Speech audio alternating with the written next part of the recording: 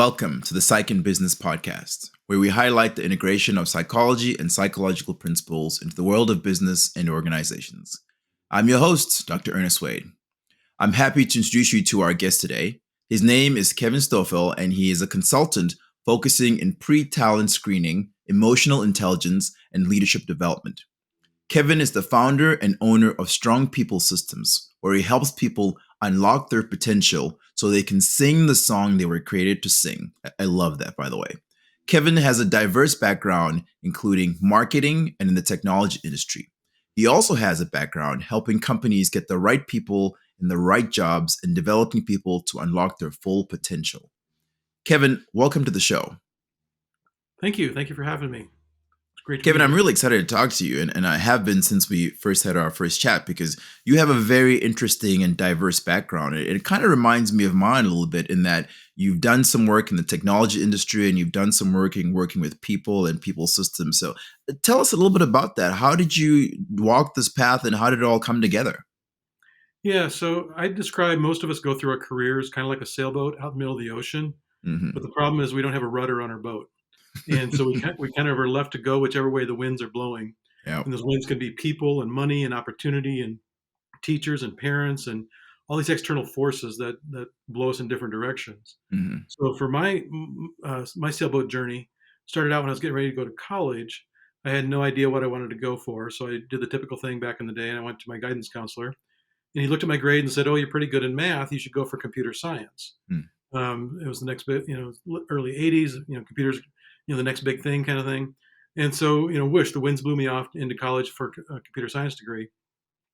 And I realized about my second or third year of school that, I could write software, but it didn't do much for me, sort of emotionally, Mm-hmm. from a heart perspective.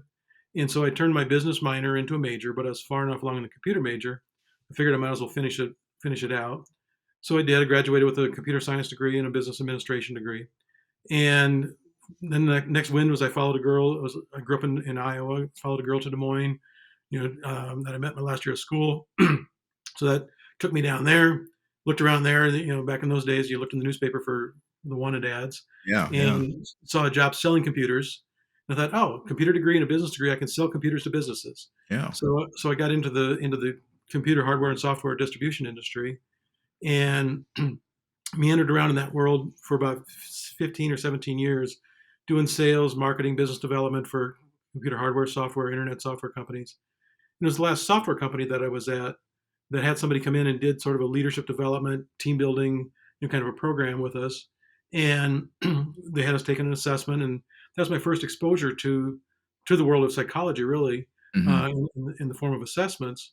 And it was like, oh, this is fascinating. I knew we were all wired differently, but I didn't realize, that we could actually measure that, Yeah. how we're wired. And so that really started. I took that information from that leadership program, and it really kind of started my own career counseling process on myself to say, based on how I'm wired, what am I really wired to be? Mm-hmm. And I really, in that process, I really discovered that I was more wired to be more of a teacher, counselor, coach. And Mm-hmm. I'd often thought about teaching high school and coaching football as kind of a rewarding career at this, 15 years into my career. But I didn't have a teaching degree, didn't want to go back and get one. Unfortunately, teachers don't make much money. I was in a technology field making six-figure income. Mm-hmm. And so I kind of put it on the back burner until the dot-com bubble burst. And then I went back to that and I said, teacher, counselor, coach. I started looking around for small business ideas. And I came across the idea of career coaching and life coaching and executive coaching and leadership Mm-hmm. coaching. It's Mm-hmm. like, oh, teaching, counseling, coaching. Teaching, I had these blinders on of academics and athletics as the only way of teaching and coaching. Yeah. It's like, no, there's a whole world of teaching and coaching and counseling in the business world. And so that's how I got into it started back in 2003.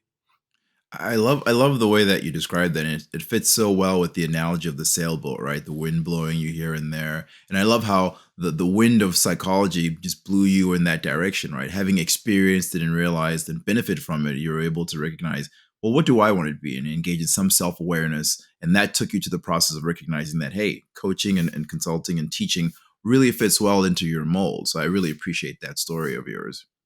Yeah, and like I said, you think about it. There's just a myriad of people that are in those sailboats without the rudders. And they, they become an accountant because their parents were, their dad was an accountant, or they become Mm-hmm. an engineer because and dad was an engineer or whatever, or just there's you talk to anybody that's been in the working world for a while, Hmm. and you realize how many people have degrees in something that they've never used. Yeah, yeah. You know, computer science, engineering, accounting, marketing, whatever it happens to be. But they got pushed off in those directions and started down the path for external force winds reasons rather than internal drives and internal Yeah. understanding of themselves. So let's talk a little bit about what you do, because I know that you focus on talent screening and assessments. Firstly, start with what is that, right? And then talk about why that's important. Because as you're talking about here, a lot of people don't necessarily have the drive for things that they end up doing. So how does that show up in talent screening? How do you work all of that out? Yeah, so I specialize in two areas, and I use assessments in both areas. So on one area, it's talent screening, so it's helping companies bring some objective data into their hiring, screening, selection process. Hmm. So we typically, as business leaders and owners and managers, we typically rely on two primary inputs for our hiring decisions: resumes and interviews. Hmm. And those two things tend to be very subjective. So assessments are a measure of people's aptitudes. And so I provide assessments to business owners to incorporate into their hiring screening process, Hmm. measure how people think, how they behave, what interests them or what motivates them, so that they can go through a process to define what are the aptitudes required by a given job.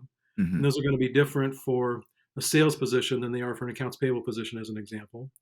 And then they measure the aptitudes of the candidates that they're considering for the job, and compare their results in the assessment to the profile of what they're looking for to see, are they a great fit, somewhat of a fit, or kind of a mismatch.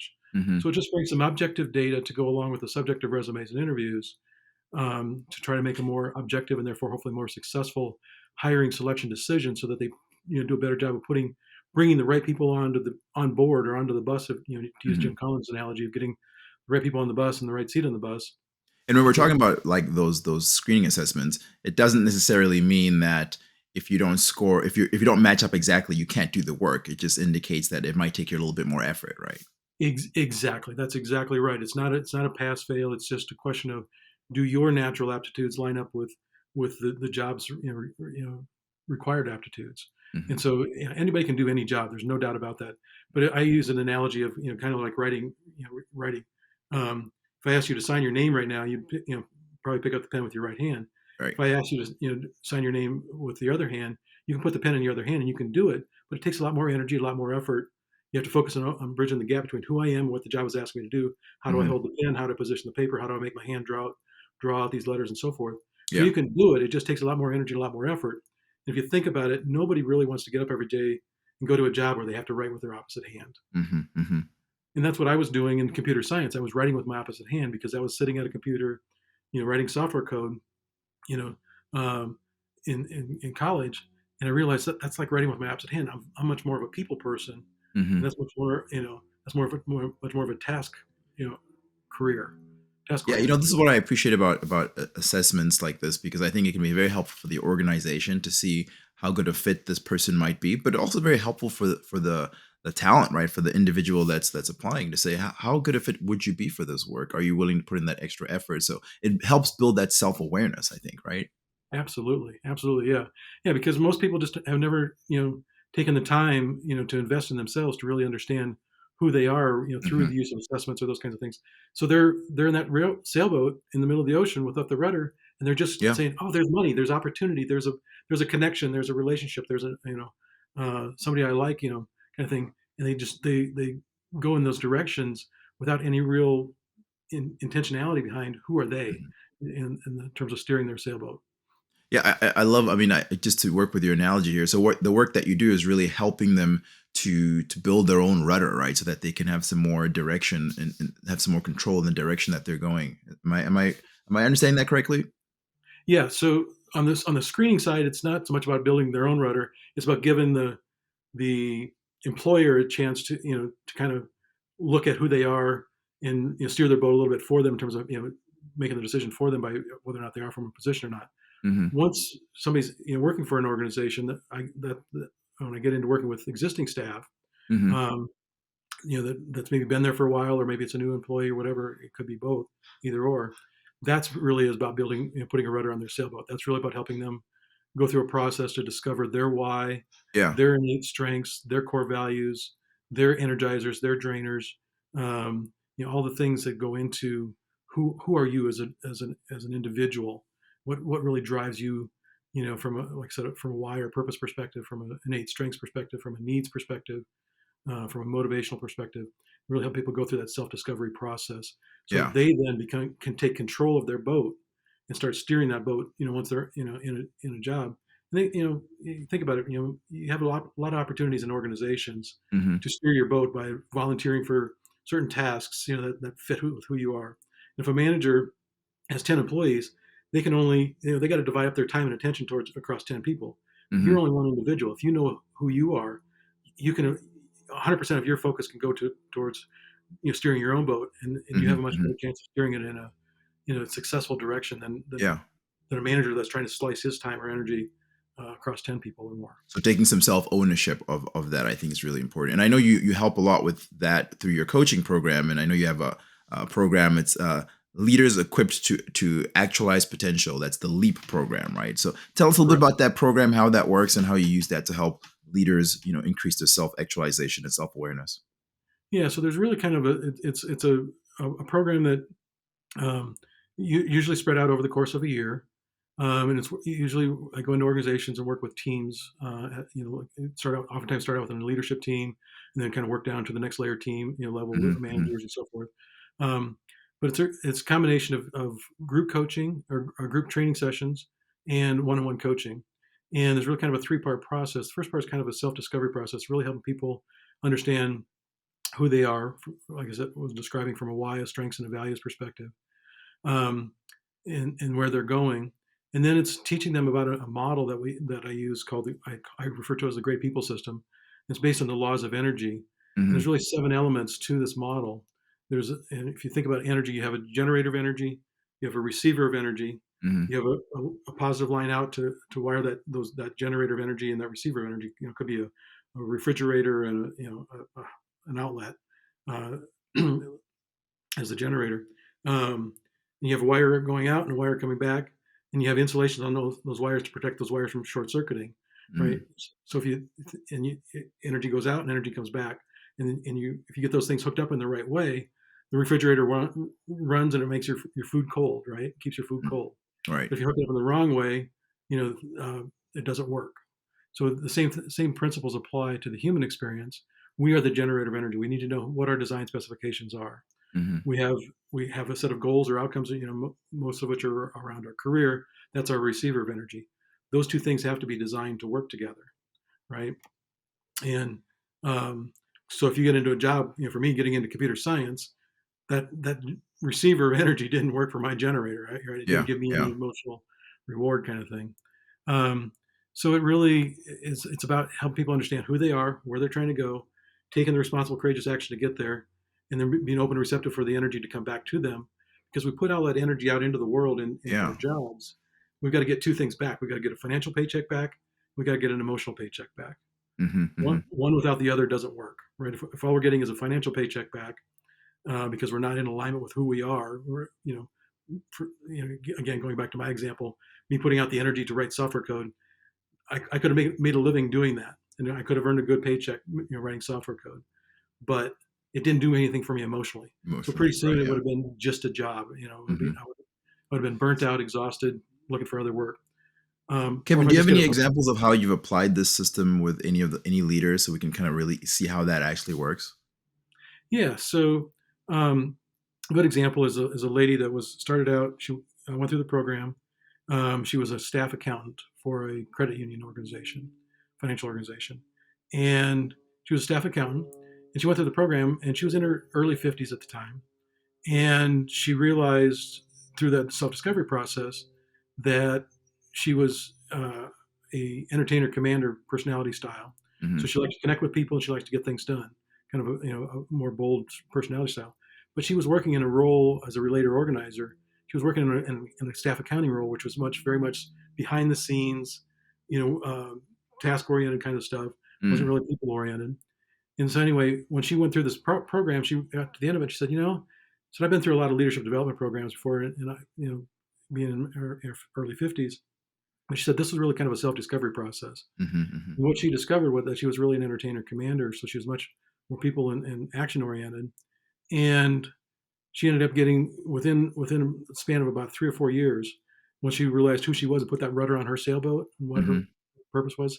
She went from being a staff accountant to an accounting manager to the director of operations to the CEO of the organization Oh, wow. in the span of about In three or 4 years. four years. Wow. That's Yeah, amazing. because she really and she was in her 50s. She had, we think by the time we reach our 50s, we kind of know who we are, but Hmm. she didn't discover who she was really until she went through this program. And when she discovered it, it was like this flower blossoming Hmm. into a whole nother level of professionalism and opportunity. That's really interesting. Really that all stemmed from that increase in the enhancing of the self-awareness, really understanding where her energies were and where what filled her tank, right? And so that first part of it was building that awareness of that information before, so that she could use that to act upon. Absolutely. Yeah, she put a rudder in her sailboat, became aware of who she was, and then once we become aware, we start to become more understanding. Once Hmm. we become more understanding, we become more accepting. Once we become more accepting of ourselves, we become more kind towards ourselves. And once we start being kind towards ourselves, then we can become more aware, understanding, accepting, and kind towards others. And then we can build better relationships, and then we can build better teamwork. And we can achieve our peak potential. But Hmm. everything starts with awareness. I can't stress that enough. This is really interesting, Kevin, because what I'm thinking now is, so I completely understand how this works from the individual point of view, right? But I'm thinking from the organization point of view, when we do the talent screening, you have to start with understanding the role, right? You have to understanding the energy around the role. So do you do that? Do you engage in helping the organization understand the energies around the role before they even look for what the fit would be? Yeah, and that's part of that process is defining a model or a performance model of what does this position require. So, Hmm. back to the accounting example, if you're going to hire an accountant that's going to sit at their desk and enter accounting transactions all day, doing spreadsheets and using QuickBooks and whatever kind of stuff, you want somebody that is energized by that task, that routine, that process, that procedure, that task orientation, Hmm. versus somebody that's energized by getting out and meeting, engaging with people and interacting with people and connecting with people all day long, right? Hmm. So you define the model around what's the energy required for that particular role. So even with that, you've got to really identify what are the behavioral aspects identified around the role before you can look for that behavioral profile on the applicant. So even I think this is what's really so interesting about even the workplace, right? Even the different roles and the different processes, you can still identify what are the different energies, different behavioral profiles that are associated around these things to identify who might best fit into these roles. Absolutely, you're 100% spot on correct. Now, Kevin, I know from my experience when I went from working in the technology industry to working with people, it was such an aha moment because it was one of those things where I thought to myself, if I had known about all these things when I started working with people, I would have been much better in the technology industry. What was that transition like for you when you moved from working the technology industry to working to more people systems? It was, there was a part of me that kind of said, "Boy, if I'd known then what I know now, Hmm. I would have. When I went off to college, I would have went off for psychology. I would have, got the degree that the degree that you have." Yeah. But in hindsight, at the same time, if I would have done that, I wouldn't have gained all of the sales, the marketing, business development, all the experiences Hmm. that that going down the wrong path for me uh, gave me personally. So Yeah. now it makes me much more passionate about what I'm doing to help other people. Yeah. So it's like I could have gone to a place of regret. It's like, oh man, I wasted 17 years in that stupid technology industry. Rather than I could have been doing this stuff. But I think all that just feeds gives me more credibility, more validity when I'm Yeah. working with my clients now to say I've been there, I've been in your Yeah. shoes, I've been there, done that, bought the T-shirt, so to speak. Hmm. Um, and so it gives me more credibility in understanding where they're coming from, which Yeah. gives me more ability to really help empathize with them, sympathize with them, to help them, go through their own whatever transition they might find themselves going through. Hmm. Yeah, and I think that word is really important. It allows you to really empathize with, especially the people in the technology industry, because you've been in that field. You know what that's like. You know what the pressures are like. You understand the language, so it really is a benefit to you to be able to have that. I think somebody mentioned to me once that it's kind of like a unicorn, because there's not a lot of people who can speak the language of technology and speak the language of people, and you are basically a bridge, like you are someone who can facilitate communication between those two things. So I really appreciate the work that you do. Yeah, yeah. It's a rare scenario, right? Hmm. Yeah. Now, Kevin, I want to ask, how do people get a hold of you? How do people contact you for your services, or want to continue the conversation with you? What's the best way to reach you? Best way is via email, and my email is really simple. It's just Kevin at strongpeoplesystems.com. Mhm. Kevin at Awesome. strongpeoplesystems.com. And I'd love to make an offer to your audience, which is I'm launching a new program, a new meetup meeting that's going to be the second Wednesday of every month, Hmm. 10 a.m. Mountain Time. I'm calling it and doing it with another psychologist by the name of Dr. Sherry Buffington, and it's just going to be an hour-long meetup. It's totally free. It's a chance for business leaders, owners, executives, um, entrepreneurs to come together to uplevel their leadership and emotional intelligence game. We call it the Hmm. ABCs of emotional intelligence and leadership development. And so we're just going to meet for an hour virtually online, so anybody anywhere across the country can attend, free of charge. And Dr. Sherry Buffington, and I will present 15 or 20 minutes on some topic. The first month's topics in February 14th at 10 a.m. Mountain Time, is going to be intrinsic versus extrinsic motivation and the Hmm. role they play in performance. So it's Awesome. really helping people understand intrinsic versus extrinsic, and what's the roles differences between those two in performance when it comes to employees and leaders. That's Um, such a great offer, Kevin. I think anything that we can offer that helps people to increase their understanding and their self-awareness, I think any of that, especially in terms of emotional intelligence, is really valuable, because I think people don't even appreciate enough the value of emotional intelligence, and the importance of building your self-awareness. I appreciate that offer. Thank you. Yeah, so yeah, we'll present for 15 or 20 minutes on on a topic each month, and then the rest of the hour, 40 minutes will be um, discussion amongst the participants. Questions and answers, and sharing examples and best practices and Hmm. experiences and whatever, so people can learn from each other, because that's really where a lot of value comes as well. Is leaders learning from other leaders Yeah. based on their experiences and their examples and so forth. Yeah. That's Um, that's I think there's such a great opportunity, because a lot of times when I work with managers and leaders, it can be such an isolating experience, right? Leaders don't often have the opportunity to engage with other leaders and to share best practices, and to bounce things off of people. So it can be very isolating, and I know leaders and managers really appreciate the opportunity to engage with other leaders and managers and be able to share in community. So I think this is a great platform. Yeah, so if anybody's interested in that, they can just send me an email at Kevin at strongpeoplesystems.com, and I'll send them a link to register for that event, and they'll get the Zoom link and so forth that once they register. But yeah, we'd love to have any of your listeners attend that. And like I said, it's just a chance to uplevel your leadership game Hmm. um, through learning something new, self awareness wise, and engaging with other leaders. Yeah, that's a great opportunity. Now, Kevin, before I let you go, I always want to take advantage of the experts we have in the show and ask, what's one advice or recommendation or tip that you have for the audience in terms of leadership and development, especially in this day and age that we're in right now? Yeah, so my number one recommendation, it's kind of what we've been talking about really, is take the time to invest your time, your money, your energy, your resources in better understanding yourself. As we Hmm. talked about, as I said earlier, it all starts with awareness, self-awareness. Once we become more aware, understanding, accepting, and kind towards ourselves, we can do those things towards other people, become more aware, understanding, accepting, and kind towards them.